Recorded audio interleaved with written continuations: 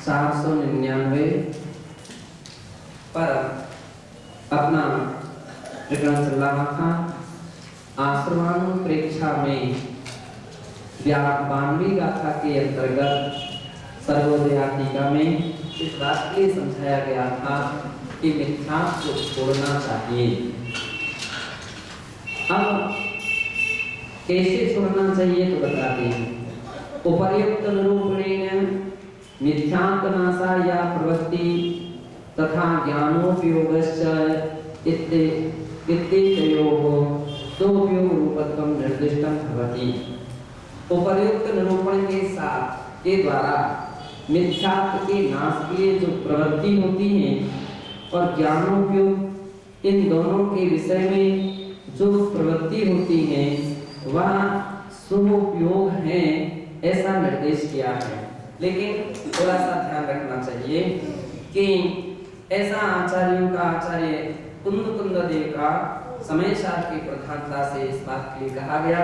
यद्यपि मिथ्यात्व स्थान में स्वोपयोग नहीं होता है, इस बात के लिए ध्यान रखना चाहिए। तो मिथ्यात्व की अवस्था में स्वोपयोग नहीं होता है, लेकिन मिथ्यात्व विनाश के प्रति जो भाव उसके होते हैं, मिथ्यात्व को त्यागने के लिए, छोड़ने के प्रति जो भाव उत्पन्न होते हैं, वो शुभ योग है। वो क्या है? शुभ योग है। तो कभी आचार्यों ने शुभ योग को भी शुभोपयोग रूप में कथन कर दिया है। तो इस दृष्टि से जब कारण में कार्य का उच्चार करते हैं तो उपचरित रूप से शुभोपयोग हुआ, और वास्तविकता में शुभोपयोग तो सम्यक दर्शन हो जाने के उपरांत ही हुआ करता है। एतेने जिनवाण्यां जैन सच्छास्त्राणां च पठनं पाठनं श्रवणं स्वाध्यायः व्याख्यानम् उपदेशादिकं च स्वोपयोग रूपं सिद्ध्यति। इस प्रकार से जिनवाण्या, जिनेन्द्र वाणी के द्वारा, जिन सच्छास्त्राणां च, जिन शास्त्रे सच्चे शास्त्रों का पठन करना, पाठनं पढ़ाना, श्रवणं सुनना, स्वाध्याय और उसका स्वाध्याय करना, व्याख्यानम व्याख्यान करना, उपदेशादिकं च उसका उपदेश करना, ये सभी स्वोपयोग रूपम सिद्ध्यति। ये सभी स्वोपयोग रूप पद्धतियां हैं जो अपन स्वाध्याय करते हैं, सुनाते हैं, सुनते हैं, पढ़ते हैं, पढ़ाते हैं। ये सब में उपयोग जो व्यक्ति का लगा हुआ है, तो इसलिए क्या है? स्वोपयोग है। क्योंकि बिना ऐसे परिणाम के बिना, विशुद्ध परिणाम हुए बिना या परिणामों की निर्मलता हुए बिना ऐसे भाव ही व्यक्ति के नहीं हो सकते हैं। स्वाध्याय करने के भाव किसके होंगे? शास्त्र पढ़ने के भाव, शास्त्र सुनने के भाव, शास्त्र पढ़ाने के भाव उन्हीं के हो सकते हैं जो स्वोपयोग में कुशल हैं। उनका ही स्वोपयोग बनेगा। और यदि इससे भाव टूटते हैं, कौन पढ़े, कौन सुने, कौन सुनाए, इनको तो पढ़ना ही नहीं आता, हमने तो बैठते ही बंद कर दिया, हम तो बैठते भी नहीं हैं, हम तो दूसरा काम कर लेते उस समय, समझ लीजिए आपका स्वोपयोग रूप चेष्टा नहीं चल रही। सुनो, कैसे भी कोई व्यक्ति सुना रहा है, वो अपनी दृष्टि में तो बहुत अच्छा प्रयास करता है, सुना रहा है, उनको सुनना चाहिए, जिनवाणी को ही सुना रहा है। अपन लोग यहाँ वहाँ की राग देश मिश्रित कथाएं में तो कुशल रहते हैं, जल्दी जल्दी से सुनने का प्रयास रहता है और उसमें रुचि रखते हैं, उसको अपन उस ऐसी बातें को कथन करने में तैयार हो जाते हैं। उससे तो अच्छा है कि कोई शास्त्र की बातें कोई हो सकता है और उच्चारण शुद्ध नहीं हो पा रहा है, अशुद्ध भी उच्चारण कर रहा है, लेकिन फिर भी उसकी अपेक्षा से तो ये सही है। उसमें तो अशुभाश्रय हो रहा, पापाश्रय हो रहा है, और इसमें शुभाश्रय होगा, पुण्याश्रय होगा। तो इस प्रकार की चेष्टाएं चेंज करना चाहिए, चर्चाओं से विराम होना चाहिए। आया भास्कर सागर जी समझ में? चर्चाओं से विराम, चर्चाओं से विरक्ति और अध्ययन में आसक्ति लगाइए। अपने स्थान पर बैठो, पूरी पढ़ाई करो, अच्छा अध्ययन करो, अच्छा चिंतन करो, मनन करो, जीवन में बदलाव आएगा, परिवर्तन आएगा और ज्ञान का विकास होगा। और सबसे अच्छी बात यह है, पुण्याश्रय, पापाश्रय से तो व्यक्ति बच जाएगा, पापाश्रव से, तो ऐसी बातों को चेंज करना चाहिए। विशौरी सागर जी बिल्कुल पूरा ध्यान रखो, कैसे प्रसंग आए तुरंत हम हटा नहीं, ये बात प्रसंग से हमको अपना अध्ययन करने दो, चिंतन करने दो, मनन करने दो, मंथन करने दो। कुछ भी नहीं होगा, जाप तो कर सकते हैं, कोई ना कोई अच्छे अपन तत्व चिंतन कर सकते हैं, तत्व मंथन कर सकते हैं, और निश्चित है जो व्यक्ति समय की कीमत करता है उसके जीवन में बहुत बड़ा विकास होता है। तो सुपयोग रूप चेष्टा कहलाती है, स्वाध्याय के प्रति उपयोग जा रहा है, अध्ययन के प्रति उपयोग जा रहा है, तो ये सब क्या है कि सुपयोग रूप चेष्टा अशुभ से बचने का सबसे बड़ा तरीका है। संदीप भैया ध्यान रखो, अशुभ से बचने का स्वाध्याय होता है, अपन को स्वाध्याय में बैठना चाहिए। ब्रह्मचारी लोग बैठते हैं कि नहीं बैठते? ब्रह्मचारी लोग नहीं बैठते, क्यों?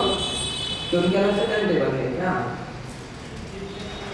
स्वाध्याय होता है तो स्वाध्याय में बैठना चाहिए, सामूहिक स्वाध्याय है ना, संघ का स्वाध्याय चलता है। हाँ, वो परिस्थिति एक अलग है कि कहीं आपकी सामयिक चल रही हो, अरे तो सभी का एक जैसा थोड़ी टाइम, सभी कोई टाइम टेबल है क्या? जितने समय में जो नहीं जा रहा है उसको स्वाध्याय में बैठना चाहिए। स्वाध्याय में बैठने से ज्ञान की विकास होता है ना।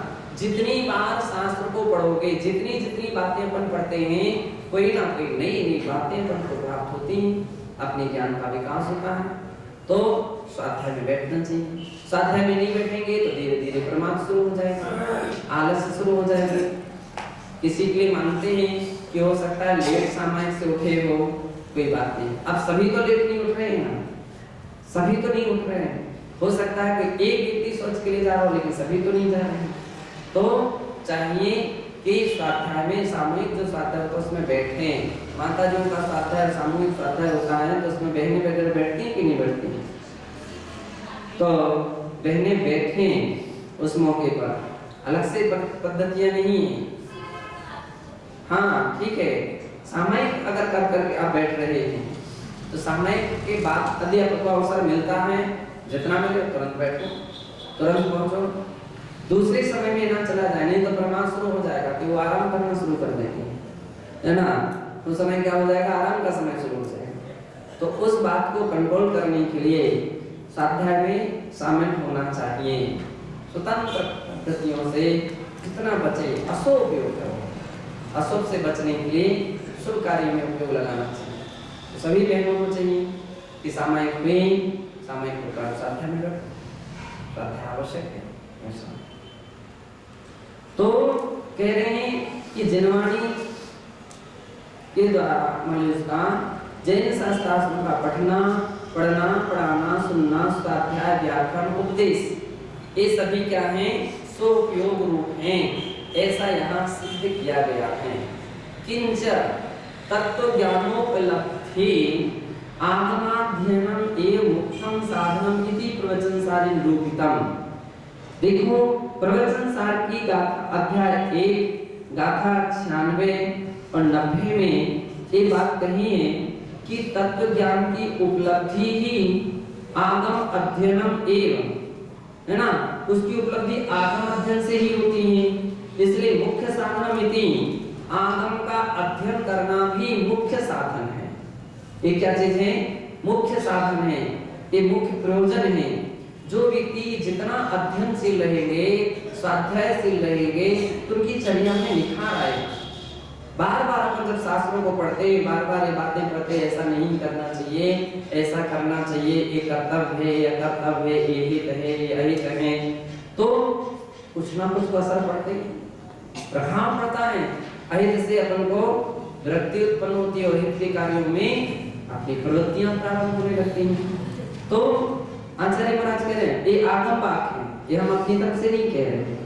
कौन से आगम का वाक्य है? प्रवचन सार। प्रवचन सार में किसने लिखा? कुंदकुंदाचार्य। तो कुंदकुंदाचार्य ने किसके आधार से कहा? भगवान सर्वज्ञ भगवान ने जो कहा वही उन्होंने लिखा, बिना उस तरह से अपनी तरफ से नहीं लिखा। तो अपन को चाहिए कि हम उस भगवान की वाक्यों को, आचार्यों के वाक्यों को, जिनवाणी के वाक्यों को अपने जीवन में धारण करें। तत्व ज्ञान संबंधी प्रवृत्ति सुखाश्रव कारणी भवति। तत्व ज्ञान के संबंधी जो प्रवृत्ति होती हैं वह स्व आश्रव के कारणभूत होती हैं। उत्तम से ज्ञानार्णवे, कहा भी ज्ञानार्णव के दूसरे अध्याय के 121वें श्लोक में कहा है, यम प्रसम निर्वेद तत्व चिंतावलंबितम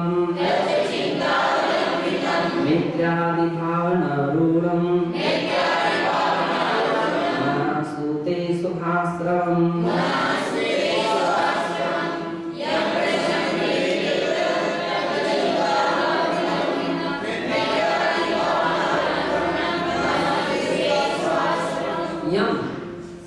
यम और नियम दो प्रकार के होते हैं। नियम नियमित परिणत कालो यावत जीवम यमो ध्येयते, जो नियमित समय तक के लिए धारण किया जाता है उसका नाम है नियम, और जो यावत जीवन धारण किया जाता है उसका नाम क्या होता है, यम।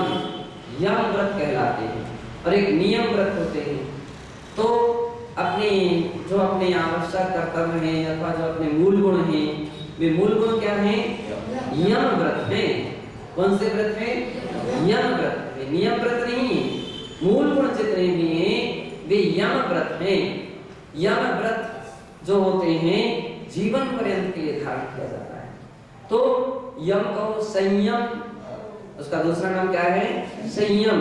संयम आप दूसरे काम के बिना तो रह सकते हो, लेकिन अपने यम और नियम के पालन किए बिना नहीं रहना चाहिए। इसलिए यम और नियम को प्रदान करने वाले केवल आचार्यगण होते हैं। कौन होते हैं, मुख्य रूप से आचार्य लोग होते हैं, जो पंचाचारों का स्वयं पालन करते हैं और दूसरों को पालन कराते हैं। ये उनका मूल गुण है। बाकी आप किसी का देख लीजिए, उपाध्यायों का एक भी ऐसा मूल गुण नहीं आया, साधु का एक भी ऐसा कहीं मूल गुण नहीं आया, कहीं किसी का नहीं आया, आलिकाओं का एक भी ऐसा मूल गुण नहीं आया, एलक छुल्लक का एक भी ऐसा कोई मूल गुण नहीं आया। आचार्यों का मुख्य व्रत है, और आचार्यगण जिस प्रकार से आदेश दे देते हैं, आज्ञा दे देते हैं, उतना पालन करना उनके लिए आवश्यक हो जाता है। आमतौर पर जैसे कि अष्ट मूल गुण के नियम बिना अपन आहार नहीं लेते हैं, बिना यज्ञोपवीत के आहार नहीं लेते हैं, आदि आदि, तो ये गुरु आज्ञा से पालन कर रहे हैं। ये क्या कर रहे हैं हम लोग, सभी लोग गुरु आज्ञा से उसका पालन संचालन पालन कर रहे हैं, है ना। अपनी तरफ से कुछ नहीं कर रहे हैं। अपनी तरफ से आचार्य का कहना है कि आहार के समय नहीं, बाकी सब जो कुछ भी नियम वगैरह है सब आहार के बाद आगे पीछे होना चाहिए। आहार के समय नहीं तो आपको बार बार करना पड़ेगा, है तो परेशानी हो जाएगी। तो जितनी आज्ञा हो तो पालन करना ही है, उतना तो आवश्यक है। क्या ये होना चाहिए, ये सारी बातें होना चाहिए। दूसरी बात ये है उसकी प्रेरणा, उसकी सलाह गुरुजन देते हैं। एक दूसरे के लिए परस्पर में कितनी बार प्रेरणा अच्छे कार्यों में देना तो अच्छी बात है, और ढील में देने लगना ये तो तरीका नहीं। किसी ने कोई प्रतिज्ञा ले ली है और प्रतिज्ञा ले ली, इसके उपरांत किसी को समझाने के लिए कोई आपस में पहुंचे, तुम्हारा स्वास्थ्य ठीक नहीं है, तुम्हारी तकलीफ है, तुम्हारे लिए परेशानी है, अभी प्रतिज्ञा को प्रायश्चित ले लेना, अभी तुम ऐसा ले लो वैसा ले लो, तरीका तो नहीं। और किसी की ऐसी बातों को किसी को स्वीकार भी नहीं करना चाहिए। किसी को उठाना एक अलग बात है और गिराना एक अलग बात है। कल के दिन उसकी बदनामी होगी, क्यों भाई बड़ी शान से तो व्रत लिए थे आपने, बड़ी शान से तो आपने प्रतिज्ञा ली थी, देव सास गुरु के सामने ली गई प्रतिज्ञा को तोड़ देना ये कौन सा तरीका है, तोड़वा देना ये कौन सा तरीका है, कौन सी सलाह है। ये विषय गुरु के लिए। हाँ, कोई ऐसी इमरजेंसी परिस्थिति आ जाए, आप गुरु के लिए संकेत दे दीजिए कि महाराज उनका स्वास्थ्य बिल्कुल ठीक नहीं है या ऐसी परिस्थितियां हैं। गुरु परखें कि हाँ कितनी परिस्थिति कैसी है। अगर वे देखते हैं कि उत्तम तरीका, तो आगम यही कहता है कि प्राणी कंठगते नवंतव्यम गुरु साक्षी स्तंभतम प्राणी कंठगते रवि, ऐसा एक सूत्र आता है। कि प्राण कंठ में भी आ जाए तो भी लिए गए व्रतों को नहीं तोड़ा जाता है। प्राण कंठ में भी आ जाए, व्रतों के साथ मरना भी वीर मरण कहलाता है। व्रतों के साथ मरना वीर मरण कहलाता है, वो वीर व्यक्ति कहलाता है। शासन में कोई अगर युद्ध में मृत्यु करता है ना, तो उसके लिए वीर चक्र दिया जाता है, विजय पाकर के लौटता है, उसके लिए शहीद कहा जाता है। और कोई पीठ दिखा करके भागे तो उसके लिए कायर कहा जाता है। पहले कहीं युद्ध हुआ है ना, भारत का या पाकिस्तान का किसका हुआ, तो उस समय अटल बिहारी वाजपेयी मुख्यमंत्री थे, प्रधानमंत्री थे। तो बहुत सारे सैनिकों को जब गोली लगी थी तो कुछ लोगों को छाती पे गोली लगी थी। तो सैनिक जो थे इतनी वीरता उस समय में थी कि वे हॉस्पिटल में थे, उनका इलाज चल रहा था, फिर भी कह रहे थे सर हमने छाती की गोली खाई, छाती की गोली खाई, सीने की गोली खाई, ऐसा बोला। और उसका परिणाम ये निकला कि वो उनको देखने भी गए थे, है ना। तो ये वीर पुरुष कहलाते हैं जो अपनी ली हुई प्रतिज्ञा को हर परिस्थिति में निभाते हैं। पहली बात तो ये प्रतिज्ञा सोच समझ करके लेना चाहिए, लेते वक्त ध्यान रखना चाहिए, लेते वक्त ध्यान रखना चाहिए। इसी का नाम विवेक है, इसी का नाम ज्ञान है। और ली है ना, ली है आप घबराओ नहीं, आप किसी कुशल व्यक्ति से परामर्श लीजिए कि अब क्या करना ऐसी परिस्थिति में, ऐसी हालत हो रही है। वे समझ सकते हैं, वे तरीके बतलाएंगे कि आपके लिए चक्कर आ रहे हैं, आप विश्राम कर लो, आपके लिए और भी तकलीफ हो रही है, आप ऐसा तरीका अपना लो, आप ये तरीका अपना लो। बहुत सारे उपाय, क्योंकि आचार्य लोग रहते हैं, उनके सामने कितने सारे त्यागी ऋषियों का समय गुजरा हुआ है, उनके विभिन्न संघों के विभिन्न प्रकार की परिस्थितियों के अनुभव हैं। तो वे इन सारी बातों के साथ साथ उसके लिए तरीके बतलाते हैं। अब आम चलते फिरते व्यक्ति, हर व्यक्ति के लिए कितना अनुभव नहीं ना, संघों में ज्यादा रहे नहीं तो संघों का अनुभव नहीं, ज्यादा समय तक त्यागी वृत्तियों के पास नहीं रहे, त्यागी वृत्तियों का अनुभव नहीं, संयम का इतना ठोसता से पालन नहीं किया तो उसका भी अनुभव नहीं। तो शिथिलता से शिथिलताएं बढ़ने लगती हैं। एक बार किसी के अंदर में शिथिलता के संस्कार आ जाएं तो शिथिलता के अपने लिए शिथिल नहीं, कायर नहीं, लोभ पुरुष बनाना है। कैसे व्यक्ति को बनाना है? लोभ पुरुष। आप परिचय दीजिए, आप साहस कीजिए, और ऐसे लोगों को ही संगति करना चाहिए जो अपने व्रतों में सहयोगी बने, व्रतों के पालन करने में, व्रतों के तोड़ने में सहयोगी बन जाए।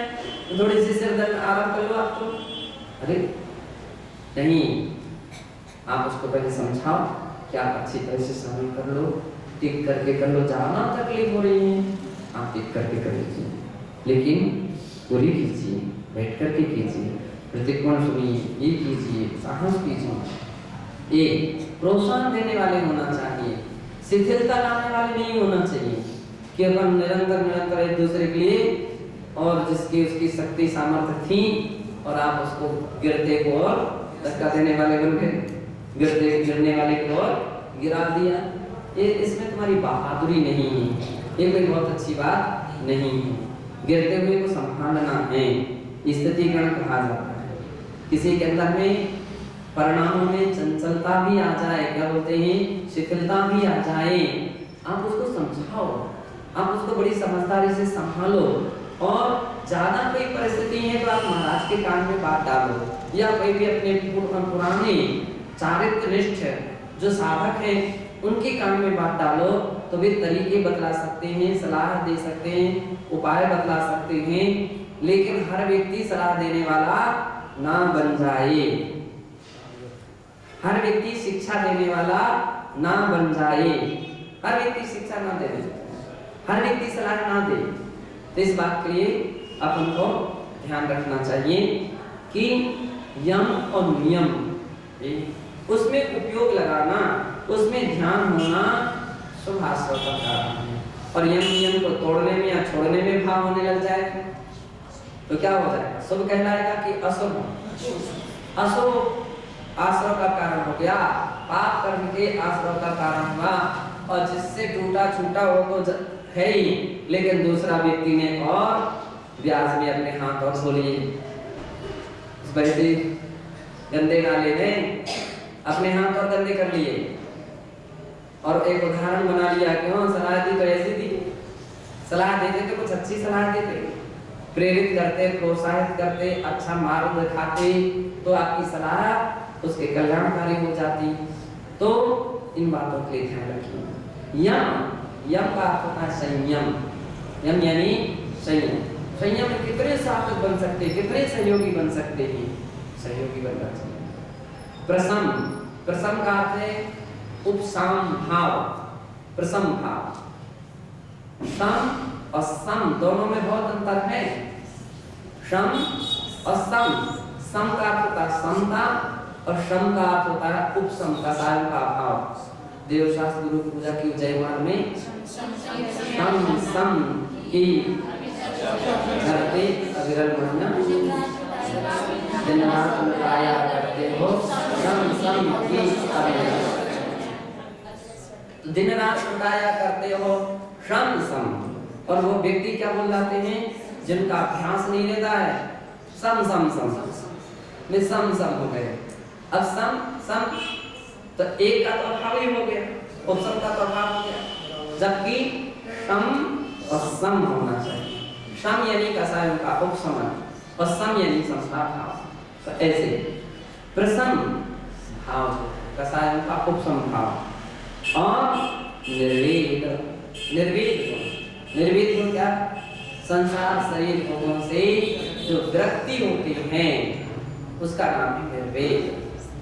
निर्वेद हो जब भी अपन कभी बीच में बैठे कभी ऐसे लोगों के, तो विरक्ति के बाद पाठ करने वाले होना चाहिए। विरक्ति की बातें करना, क्यों भाई क्या घर घर की बातें दिन रात करते थे, क्या यहाँ वहाँ की समाचार लेना देना, इतने क्षण तो अपना मोह छूटे, इतने समय तक तो अपना मोह के संस्कार टूटना चाहिए। ऐसी भावना निर्वेद भावना है। संसार से निर्वेद, शरीर से निर्वेद और भोगों से निर्वेद, तीनों बातों से निर्वेद होना चाहिए। संसार से, शरीर से और भोगों से निर्वेद यानी विरक्ति भाव होना चाहिए। कभी ऐसे प्रसंग आ जाए, कोई ऐसी बात करने लग जाए, तो भी अपन को इस बातों को समाप्त करो, कोई अच्छी बात करो, धर्म की बात करो, तो उससे ज्ञात होता है कि ये व्यक्ति सच्चे अच्छे पुरुष हैं, ये सज्जन पुरुष हैं, ये आर्य पुरुष हैं। आर्य पुरुष की संगति करना चाहिए। और एक जैसे मिल जाए, घर गृहस्थी की बातें शुरू हो जाए, तो फिर तो पता ही नहीं, चर्चा करते करते कहां से कहां तक चर्चा पहुंच जाएगी, कहां से कहां तक पहुंच जाएगी, पता ही नहीं रहेगा कि हम किस पद पर हैं, कि चर्चा हम तो कहां तक उचित है। तो इन बातों को छोड़ देना चाहिए।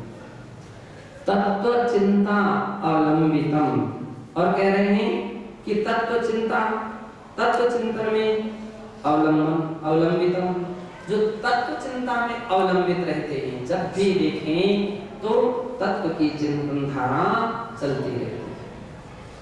कभी भी बैठें, कभी भी बात करें, कभी भी चर्चा करें, तो उसमें तत्व ज्ञान जिसकी चर्चा में बरसता है वो अच्छे पुरुष हैं। अच्छे पुरुष व्यक्ति के जीवन में निरंतर तत्व ज्ञान, अच्छी बातें करना ही तत्व ज्ञान है। तत्व ज्ञान क्या है? हितकारी बातें हैं, कल्याणकारी बातें हैं, वे सभी तत्व ज्ञान कहलाती हैं। तो जब भी अपन बैठते हैं, तत्व ज्ञान जिसके अंदर से बरसता रहता है, झरता रहता है झरना की तरह, ऐसे व्यक्तियों के अवलंबितम, उसके जो अवलंबित रहना, उसके विषय में लीन रहना, मैत्रादि भाव न रूढ़ा, और मैत्री भाव एक, मैत्री भाव इसमें तत्व ज्ञान छूटा हुआ है, तो उसको सुधार लें। मैत्री आदि भावना रूढ़म, मैत्री भाव, अब आदि से क्या क्या लेना है? मैत्री, प्रमोद, कारुण्य, माध्यस्थता।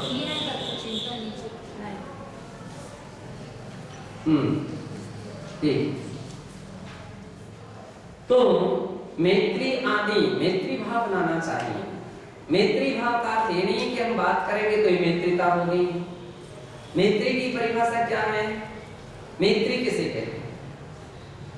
सबसे परिचय ले लें, सबके एड्रेस नोट कर लें, फोन नंबर नोट करके रख लें, तब मैत्री कहलाएगी। समय समय पर सूचना समाचार देते हैं तो मैत्री कहलाएगी नहीं। मैत्री की परिभाषा क्या है?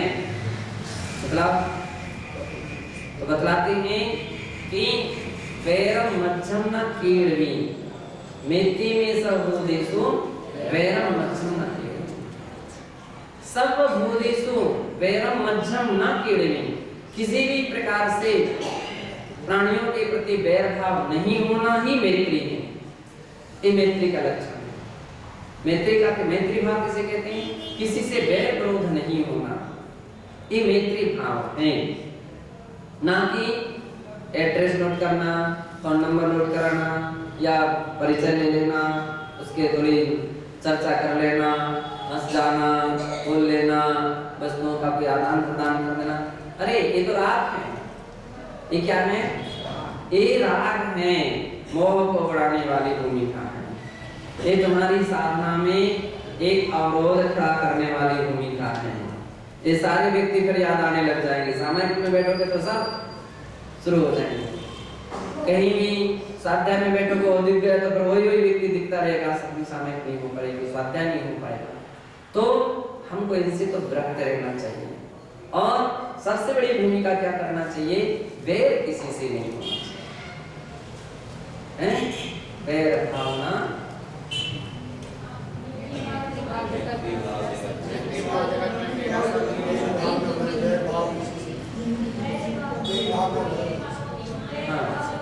वैर पाप अभिमान छोड़ कर मंगल का, है ना? वैर भाव छोड़ना है, यही सबसे बड़े मैत्री भाव है। ये मैत्री का लक्षण है। वैर किसी से नहीं रखना। कुछ भी हो गया, लड़ाई हो गया, झगड़ा हो गया, बोलना चलना हो गया, उस बात के वहीं समाप्त कर दीजिए। आगे के लिए उसको लेकर के मत बैठिए। तो मैत्री प्रमोद भाव, प्रमोद भाव किसमें होना चाहिए? गुणी जनों को देख गुणी सुख प्रमोदम। अब गुणी कौन सा गुण इनके अंदर में है? ये परखो कौन सा गुण है? सम्यक दर्शन गुण है, सम्यक ज्ञान है, सम्यक चारित्र है। और गहराई से परखो कितना सम्यक दर्शन है, कितना सम्यक ज्ञान है, कैसा इनका सम्यक चारित्र है। जब उसकी गहराई से हम देखते हैं तो मालूम चलता है गुणीजन हैं अथवा नहीं। अपने शास्त्रों में लिखा है कि इन बातों की निरंतर परखते रहना चाहिए कि इनके अंदर में रत्नत्रय की भावना अंतरात्मा से है कि नहीं है। कहीं ऐसा तो नहीं है कि जबरदस्ती की साधना चल रही है। वास्तविकता में है गुणीजन है। वो क्या है? गुणीसु में गुणीसु प्रमोदम। अन्य भगवती आराधना गुणाधिक्य, ऐसा शब्द का भी प्रयोग किया है। गुणाधिक्य अपने इसमें तत्वार्थ सूत्र में क्या दिया? मैत्री प्रमोद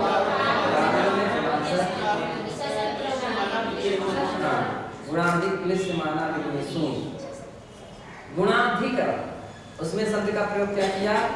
गुणों में अधिक जो है उसके प्रति मैत्री भाव स्पष्ट किया। गुणाधिक क्यों? गुणों में अधिक है, उसकी संगति करोगे तो आपके भी भाव बनेंगे कि हम भी ऐसा करेंगे, ऐसे भाव होंगे। कोई व्यक्ति 1 घंटे की सामायिक कर रहा है और आप 48 मिनट की कर रहे हैं, अब उसकी संगति में बैठेंगे तो आपकी भी 1 घंटे की होएगी। कोई 1.25 घंटे या 1.5 घंटे की कर रहा है तो आपके भी भाव होंगे कि चलो मैं भी 1.25 घंटे 1.5 घंटे सामायिक करूं। कोई व्यक्ति स्वाध्याय कर रहा है तो आपके भी भाव होंगे, चलो ये तो गुणाधिक है ना, बात मत करो कि मैं स्वाध्याय कर रहा हूं, तो आपके भी भाव में चलो इतने समय आप लोग अध्ययन कर लो। तो ऐसे लोगों की संगति आपको भी अच्छे मार्ग पर ला रही है। वो 4-5 श्लोक याद कर रहा है तो अपने भी भाव होंगे। अपन 4-5 नहीं कर सकते तो ये तो अपन याद कर ही सकते हैं, 1-2 श्लोक तो याद कर ही सकते हैं, चलो वो याद करना है। तो गुणाधिक्य जो व्यक्ति हुआ करते हैं उनमें क्या कौन सा भाव? प्रमोद भाव होना चाहिए। उसमें बड़ी खुशी होना चाहिए, रुचि होना चाहिए, उसके प्रति लगन भाव होना चाहिए, उसके पास बैठने के भाव होना चाहिए कि व्यक्ति गुणाधिक है और इनके पास उठने बैठने से हमारे गुणों का विकास होगा, अपने गुणों का विकास होगा। और इनके पास बैठने से विकास नहीं होगा, ह्रास होगा। तो अपने लिए चाहिए कि गुणाधिक्य व्यक्ति की परख करो, किसकी संगति से आपके गुणों का विकास हो रहा है या होना संभव है। तो ऐसे जो भाव हो रहे हैं तो शुभाश्रव के कारण है, शुभाश्रव के कारण है। मैत्री, प्रमोद, कारुण्य, कारुण्य करुणा भाव। कोई दीन दुखी व्यक्ति दिखता है तो उसके प्रति पिघल जाना, उसके दुख आदि को दूर करना। कोई व्यक्ति किसी की सेवा कर रहा है और अपन देख रहे हैं कि बहुत देर से सेवा कर रहा है, वो भी तो एक प्राणी है, वो भी तकलीफ में, मान लीजिए उसको भी तकलीफ हो सकती है, चलो हम उसके लिए मदद कर देते हैं, भैया आप थोड़ा विश्राम करो, हम बैठे, हम व्यवस्था बनाते हैं, हम उनकी सेवा कर देते हैं, आप थोड़ा सा आराम कर लो, बहुत देर हो गई आपको। एक कारुण्य भाव, इसका नाम क्या है? करुणा भाव। ऐसा ना हो कि अगल बगल देख दाख करके निकलते गए, अपन वो क्या कर तो रहे हो, कर तो रहे हो, कर तो रहे हैं, लेकिन आप उसमें कितने मददगार बने हैं, कितने सहयोगी बने हैं। अपना भी तो कर्तव्य है, हिस्सा बांट तो अपन को भी करना चाहिए, अपना भी कर्तव्य है, अपना भी अधिकार है। केवल उसी के ऊपर ही सब कुछ नहीं छोड़ना है, आपको भी सीखना चाहिए, आपको भी इस विषय में कुशल होना चाहिए। तो एक कारुण्य भाव कहलाता है। कोई भी दीन दुखी व्यक्ति अपने देखते हैं और दूसरे तो बहुत दूर की बात है, कम से कम संयमी जन कोई दीन दुखी नजर आए तो उसके दुख आदि को अपन कैसे दूर कर सकते हैं, ऐसे प्रयास होना चाहिए। लेकिन इसमें भी एक भी ध्यान रखना चाहिए कि वो कितने व्रत हैं, कितने व्रत हैं। कुछ लोग रहते हैं वृत्ति भाव कुछ भी नहीं होता है, कुछ भी वृत्ति भाव नहीं होता। थोड़ा सा जुकाम हो गया, थोड़ी सी सिर दर्द करने लगा, थोड़ा सा कोई तकलीफ हुई, ये दवाई दे दो, दवाई दे दो, वैद्य को बुला दो, डॉक्टर को बुला दो, ऐसा कर दो, वैसा कर दो, और नहीं हुआ तो फिर इनसे कहना, उनसे कहना, उनको बुलाना, उनको बुलाना, व्यवस्था शुरू हो जाएगी। तो अपन देख रहे हैं कि वृत्ति भाव की हो, सेवा वृत्ति लोगों की जाती है, गुणी जो ऐसे गुणज्ञ हैं उनकी से भैया वृत्ति की जाती है। तो ऐसे भाव होना चाहिए, इतने व्रत होना चाहिए, शरीर से कुछ वृत्ति होना चाहिए। डॉक्टर को देखा, वैद्य को देखा और आपने लेन लगाना शुरू कर दिया, लेन लगाना शुरू कर दिया, कितनी गलत बात है। हो सकता है कि डॉक्टर के पास 10 मिनट ही था, अर्जेंट कोई परिस्थिति थी, अपन ने बुला लिया और तुम 4 लोग खड़े हो गए, 6 लोग उसके सामने खड़े हो गए, वो किसी मरीज को, किसी रोग को हाथ से छोड़ करके आया। हाँ, अब उसको जितनी तकलीफ, पीड़ा, परेशानी वहां पर हो रही है, उसमें हेतु आप बने हैं। क्या बने हैं? आप बने। तो ये तरीके नहीं है कि किसी को देख करके आपके भाव बदल जाए, आपके विचार बदलने लग जाए, नहीं। इसके लिए चाहिए कि ये विषय गुरु का है, अथवा जो गुरु ने व्यवस्था सौंप करके रखी है कि माताजी में एक माताजी निर्धारित है, महाराज में एक महाराज निर्धारित है।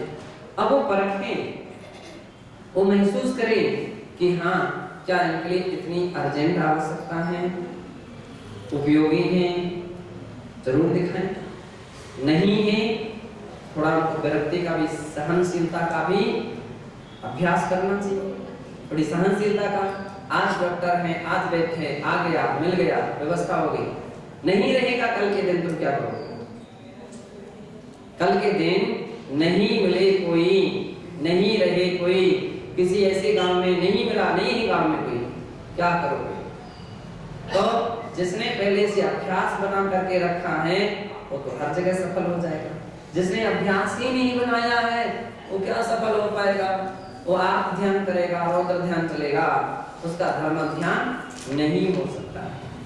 तो कारुण्य भाव, कारुण्य भाव के विषय में जिसको तकलीफ है, जिसको कष्ट है, पीड़ा है, अवश्य उसके विषय में अपन को उसके इलाज कराना चाहिए अथवा उसको देखना चाहिए, उसके विषय में परामर्श लेना चाहिए, परामर्श देना चाहिए।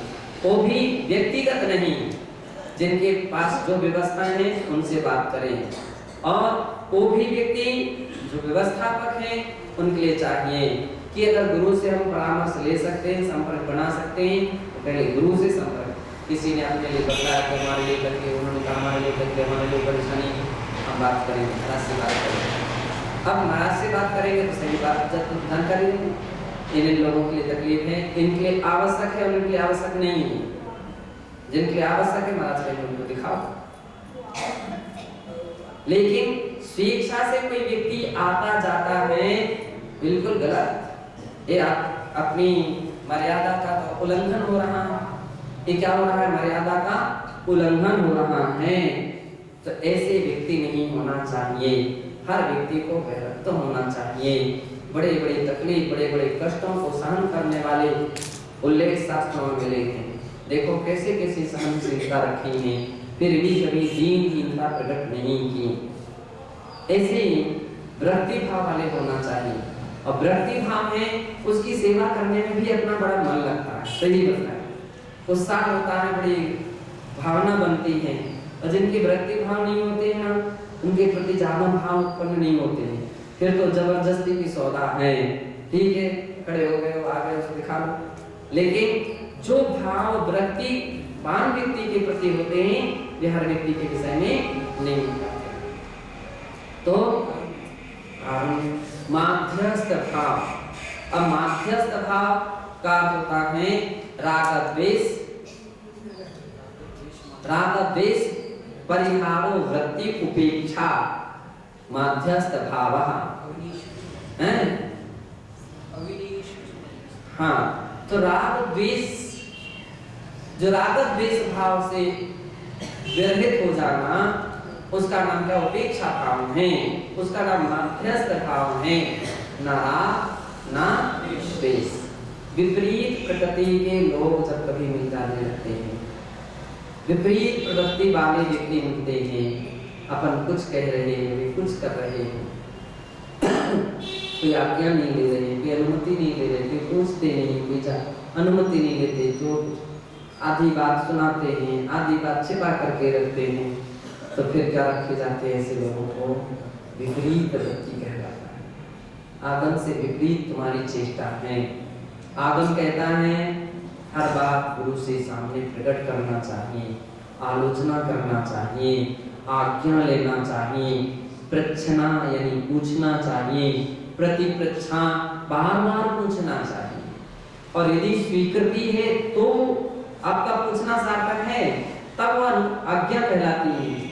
और स्वीकृति नहीं है, हमने तो आपको कह दिया था, आपको कह दिया था, इतने मात्र से कोई अनुमति नहीं हो जाती। लोग हम तो आपको बतलाते गए थे, हमने तो आपसे कह दिया था, आपने कहा था, लेकिन स्वीकृति मिली क्या? हमने कह दिया था कि हम स्वाध्याय में नहीं आएंगे, आपने कहा, लेकिन स्वीकृति मिली क्या? स्कूल में बहुत सारे आवेदन पत्र लगाए जाते हैं, छुट्टी वगैरह के लिए आवेदन पत्र लगाए जाते हैं, लेकिन आवेदन पत्र लग जाना पर्याप्त नहीं है, आवेदन का मंजूर होना पर्याप्त महत्वपूर्ण। हाँ, तो मंजूर हुआ है क्या? मंजूर है, हुआ है, तो आवेदन लगाना सार्थक हो गया है। और मंजूर नहीं हुआ तो मान्य नहीं किया जाएगा, आपके लिए दंडित किया जाएगा। आपके लिए किसी भी प्रकार के, मान लीजिए उसी प्रकार के वेतन कटेगा, गृहस्थ लोग रहते हैं उनके वेतन कटते हैं, तो वेतन कटता है, दंडित होना पड़ता है। तो केवल हमने कह दिया इतने से काम नहीं चलेगा, कहने के उपरांत कितनी आपको स्वीकृति मिली? क्या मिली? ठीक है, नहीं मिली बैठो आराम से, फिर तो कोई कहने से आपकी कोई बात नहीं चलेगी। और फिर भी गलत काम कर लिया है या कोई भी बिना अनुमति के काम कर लिया, उसके लिए प्रायश्चित माध्यस्थ है। अब जो प्रायश्चित भी नहीं लेते और अपने हिसाब से काम भी करते चले जाते हैं, तो गुरुजन उसके प्रति क्या भाव रखते हैं? मध्यस्थ भाव रखते हैं। और गुरु ने मध्यस्थ भाव रखा, इसका मतलब सारे लोगों ने मध्यस्थ भाव प्रारंभ किया, क्योंकि सभी शिष्य क्या करते हैं? गुरु के दृष्टि से चलते हैं। निर्देश तो बहुत दूर की बात है, दृष्टि से चलते हैं। उनके दृष्टिकोण कैसा है? महाराज का दृष्टिकोण कभी किसी के प्रति बहुत बहुत अच्छा है, अच्छी चर्या देते, अच्छा व्यवहारिकता देते, अच्छे कर्तव्य दिखते हैं तो प्रसन्न रहते हैं। और कोई व्यक्ति कर्तव्य विहीनता दिखता है तो अभी कुछ भी नहीं कहते, मध्यस्थ हो जाते हैं। कौन बाप जो इसमें पड़े, कीचड़ में पत्थर डालो और छींटे ऊपर आए, कार्य के लिए अपना संकल्प विकल्प करना, तो वे कुछ नहीं कहते। और शिष्य सुयोग्य जो शिष्य होते हैं वे गुरु के अभिप्राय के अनुसार चेष्टा बना लेते हैं। गुरु के इस अभिप्राय को इतने कुशाग्र होते हैं, समझ लेते हैं, बस अब पूछने की आवश्यकता नहीं है। महाराज हम नमस्कार करें कि नहीं करें, हम उनको लेने जाएं कि नहीं जाएं, हम उनको भेजने जाएं कि नहीं जाएं, हम उनसे बात करें कि नहीं करें, हम उसको चिटाई मांग रहे हैं दे कि नहीं दे, हम उसके लिए पेन पुस्तक मांग रहे दे कि नहीं दे, अभी कुछ बात करने की आवश्यकता ही नहीं है। आचार्य श्री के संग में क्या केवल इशारे से काम। महाराज एक निकले तो धीरे धीरे सब निकल जाए, तो महाराज थोड़े से थम गए तो सब कुछ हो जाए। महाराज ने बिल्कुल नहीं देखा तो कोई एक भी व्यक्ति नहीं देखी। ये अब कहने का चांस नहीं देना चाहिए, आपने तो कुछ कहा ही नहीं। अभी महाराज की योग्यता, महाराज की विशेषता कि महाराज हर बातों में नहीं कहना चाहते, क्योंकि विपरीत वृत्ति वाला व्यक्ति तो विपरीत है ना, और जो विपरीत है वो तो आपकी हर बात को, हर प्रसंग को विवाद में लाना चाहता है। आपने मना किया था, पूछ लो इनसे, पूछ लो उनसे, आपने मना किया था, और वैसे के वैसे दूसरा चंद मिल गए। हाँ आपने तो कहा तो उसने कहा तो क्या हुआ, तो झगड़े झंझट खड़े हो गए। अभी तुम्हारी समझदारी है, अपनी समझदारी से काम लेना चाहिए अपनी। तो 10 प्रकार के समाचार विधियों में एक छंदन नाम का जो समाचार है, कौन सा छंदन, छंदन समाचार का होता है गुरु आदि के अभिप्राय के अनुसार प्रवृत्ति करना। अब अपने मुख से नहीं कहना चाहते हैं, बहुत सारे काम ऐसे रहते हैं। अब आप समझो, आप उनके अभिप्राय को समझने का प्रयत्न और प्रयास करो कि उनका अभिप्राय क्या है, और ऐसा प्रयास करोगे तो अपने आप व्यक्ति को समझ में आ जाएगा। तो ये होते हैं ऐसे लोगों से, विपरीत वृत्ति वाला व्यक्ति है तो मध्यस्थ भाव होना चाहिए। क्यों? विपरीत वृत्ति वाला व्यक्ति है, उसके प्रति आप प्रमोद भाव रखोगे, हैं? विपरीत वृत्ति वाले के प्रति प्रमोद, तो आगम विरुद्ध हो गया। वहां तो गुणीसु प्रमोदन कहा था, विपरीत प्रमोदन नहीं कहा था, विपरीत वृत्तु मध्यस्थ भाव कहा। ये तुम आगम का उल्लंघन कर दिया। दूसरी बात क्या हो गया? आगम का उल्लंघन, गुरु आज्ञा का उल्लंघन, जिनेन्द्र भगवान की आज्ञा का उल्लंघन हो गया। और विपरीत में कंट्रोल क्यों किया गया? उनको कोई आचार्यों के लिए, भगवान के लिए, जिनवाणी के लिए, गुरु के लिए किसी से शत्रुता नहीं है, लेकिन एक तरीका है उनका किसी को सही रास्ते पर लाने का। बच्चा उद्यम करता है, गलत काम करता है, तो माँ बोलती बेटा तू ऐसा करेगा, मैं तुझसे बोलूंगी नहीं, मैं नहीं बोलूंगी तुझसे, तूने चोरी की ना, तूने झूठ बोला, तूने ऐसा काम, गलत काम कर लिया, मंदिर नहीं गया, मैं नहीं बोलूंगी तुझसे। अब क्या होगा? अपने आप बच्चे के मुख से प्रारंभ हो जाएगा, मम्मी अब नहीं करूंगा, ऐसा नहीं करूंगा, अब नहीं करूंगा। और मम्मी 2-5 मिनट दिखा भी देती नहीं, क्या होता है? समझ जाता है, सतर्क होता है। सुधारने का इस सबसे बड़ा तरीका भी है मध्यस्थ भाव। सुधारने का एक तरीका है, आपने उस तरीके को अपनाया है, इसका मतलब है उस व्यक्ति की सुधार की है, उसके हित में, उसके कल्याण में, उसकी उन्नति में आपका बहुत महत्वपूर्ण सहयोग बढ़ गया। और आप उसी में जैसे तैसे हिले मिले बने रहे तो क्या हुआ? आप डूबे पाप ने, ले डूबे जजमान। वो तो फिर भी सतर्क हो जाते आप तो समझ जाता, लेकिन अब गिराने वाले दूसरा नहीं था, सबसे अधिक तुम ही थे। सबसे बुरी कौन था? सहयोग देने वाला, प्रोत्साहन देने वाला, उसमें प्रमोद रखने वाला, वो सबसे बड़ा खतरनाक व्यक्ति निकला।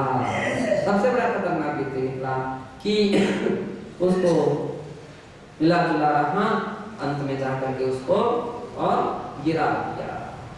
ऐसे लोग रहते हैं, ये बहुत मिली जुली भगत रहते हैं, अंत में जाकर के दूसरे के लिए उसके जीवन को खराब कर देते हैं, बर्बाद कर देते हैं। व्यक्ति भटक रहा है, भटक रहा, क्यों भाई?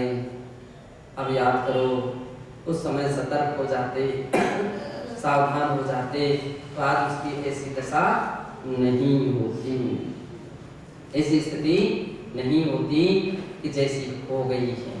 किसने की? आपने की। किसने की? आपने की। आपने अगर सतर्क रहते, कंट्रोल रह जाता, उसको डर रहता, उसको भय रहता, भाई ऐसा काम नहीं करना, आप उसको समझाते, आप उसको कंट्रोल करते, और नहीं कंट्रोल में आ रहा था, मध्यस्थ हो जाते। बस आप सुधार करोगे तो हम बात करेंगे, सुधार नहीं करोगे तो बात नहीं करेंगे, उसका भी उत्थान होता था। तीसरी बात ये है, विपरीत वृत्तो मध्यस्थ भाव इसलिए रखना आवश्यक है कि जो विपरीत वृत्ति वाला है, आप समझाने चले और उसका उत्तर देने लग जाए, तो फिर क्या व्यर्थ के अपने परिणाम खराब होंगे, अपने परिणाम खराब होंगे। उपदेशो ही मूर्खाणां प्रकोपाय न शान्ते पयापानम भुजंगानां केवलम विसर्जनम्। तो मूर्खाणां, मूर्ख, दुराग्रही, विपरीत वृत्तियों के लिए उपदेश देना, प्रकोपाय, क्रोध को बढ़ाने वाला, जिसको अपनी बात मानना नहीं है, सुनना नहीं है, समझना नहीं है, स्वीकार नहीं करना है, अब उसको आप कोई रास्ता बदलाओ तो क्या करेगा? अपनी ही क्षति खड़ी हो जाएगी, अपने लिए ही चार बातें सुना देगा और व्यर्थ के अपने परिणाम खराब होने लगेंगे। तो इसलिए आगम कहता है कि भाई कोई सुधार नहीं संभव है,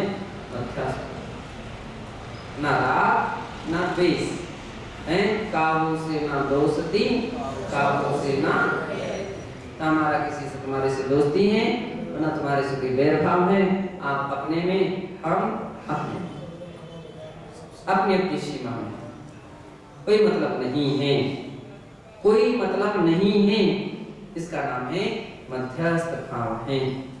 इत्यादि भावना रूढ़ मनः, इत्यादि भावना में रूढ़ जिसका मन होता है, शुभाश्रवम, वह शुभाश्रव करता है।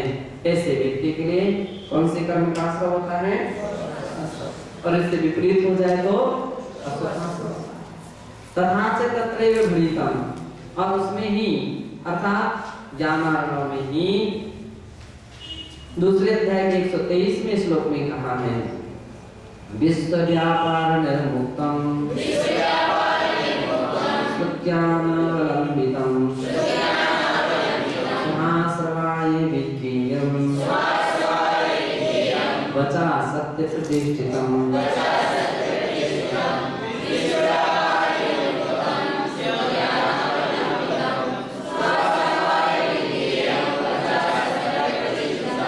विश्व व्यापार निर्मुक्तम, क्या विशेषता दे दी है कि विश्व व्यापार निर्मुक्तम, संसार के व्यापार से, व्यापार यानी यहाँ संसार के कारणों से जो निर्मुक्त हैं,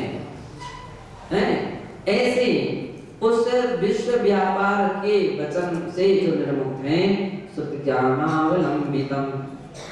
और जब भी देखो शुद्ध ज्ञान से अवलंबित जिनके वचन हैं, संसार के व्यापारों से तो रहित और शुद्ध ज्ञान से सहित, वचा सत्य प्रतिष्ठितम, और सत्य प्रतिष्ठम वचा, सत्य से प्रतिष्ठित जिसके वचन होते हैं, वह शुभाश्रवाय विज्ञेयम्, शुभाश्रव का कारण है, ऐसा विज्ञेयम्, ऐसा जानना चाहिए।